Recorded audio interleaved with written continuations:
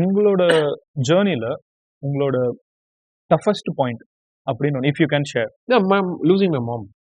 That was the toughest I've ever, because it was not அவங்க போய் hospital admit ஆகி ரொம்ப நாள் இருந்து It was அப்படியே not expected. not expected, and she was like the main sort of driving force for me. இப்போ நான் fever வந்து ஒரு 3 நாள் படுத்துருக்கேன்னா 4வது நாள் வந்துருவாங்க, வந்துட்டு ஏய் என்ன படுத்துட்டு இருக்கேன் எந்திரிச்சு போ அப்படின்னுவாங்க. She's like that. ஸோ அப்படி இருக்கிற ஒரு போர்ஷன் ஒரு வேக்யூம் போட்டு உறிஞ்ச மாதிரி டெட்டா இருக்கு. So it's like is nobody to sort of like push me, drive me, and அந்த டிரைவிங் ஃபோர்ஸ் எங்கேருந்து எடுக்குது நம்ம அப்படின்னு ஒரு sort of lost child, lost soul மாதிரி. அந்த மாதிரி ஒரு பாயிண்ட்ல இதை பார்த்துட்டு இருக்கிற நிறைய பேர் இருக்கலாம். அந்த மாதிரி நேரங்கள்ல உங்களோட பாடல்கள் தான் எல்லாருக்கும் ஓடிட்டு இருக்கும். பட் உங்களோட வார்த்தைகளா அந்த மாதிரி இருக்கிற ஒரு பாயிண்ட்ல இருக்கிற ஒருத்தங்களுக்கு everyone no one wants that. But it's nature. அதுதான் சொல்றேன், life will put you through crazy ups and downs. No matter what, never lose your hope. ஏன்னா இருட்டுன்னு ஒன்று இருந்தா வெளிச்சம் ஒன்று இருக்கு, அது நம்ம இயற்கையாகவே நம்ம பார்க்குறோம்.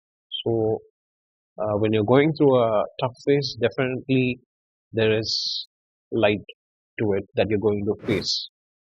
In fact, எப்போ ரொம்ப டஃப்பாக அந்த டஃப்னஸ் ரொம்ப இன்டென்ஸ் ஆகுதோ அப்போனா அது முடிய போகுதுன்னு அர்த்தம்.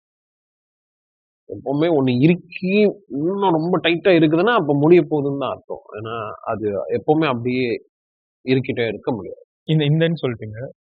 You have seen the greatest of fan love. You have seen the greatest of numbers, everything. நீங்க you have seen it. அந்த நேரத்துல ஒரு தலைகணம் வராம வந்தது, எனக்கும் வந்தது, கண்டிப்பா வந்தது. அந்த டைம்ல வந்தது. தலைகணம்னா I was not mistreating people, அது என்னைக்குமே நான் பண்ணதில்லை. I was not misbehaving with. But என் மனசுக்குள்ள அந்த ஒரு சின்ன ஒரு மெதப்பு ஒன்று வந்தது. அது சுத்திலால மேல இருந்து அடிச்சு இறக்கி அவ்வளவுதான். ஆக்சுவலா வந்து உங்ககிட்ட மியூசிக் பத்தி நான் ஸ்டார்டிங்ல நிறைய பேசுவேன். இப்படியே உட்காந்து ஓகே அண்ணா நீங்க இப்போ பிலாசபி கொஞ்சம் பேசினா இன்னும் it's so beautiful to see you talk all these things. இந்த பாட்காஸ்ட் வந்து நான் நினைச்சு கூட பார்க்க முடியாத கான்வர்சேஷன்ஸ் கிண்டல் பண்ணுது.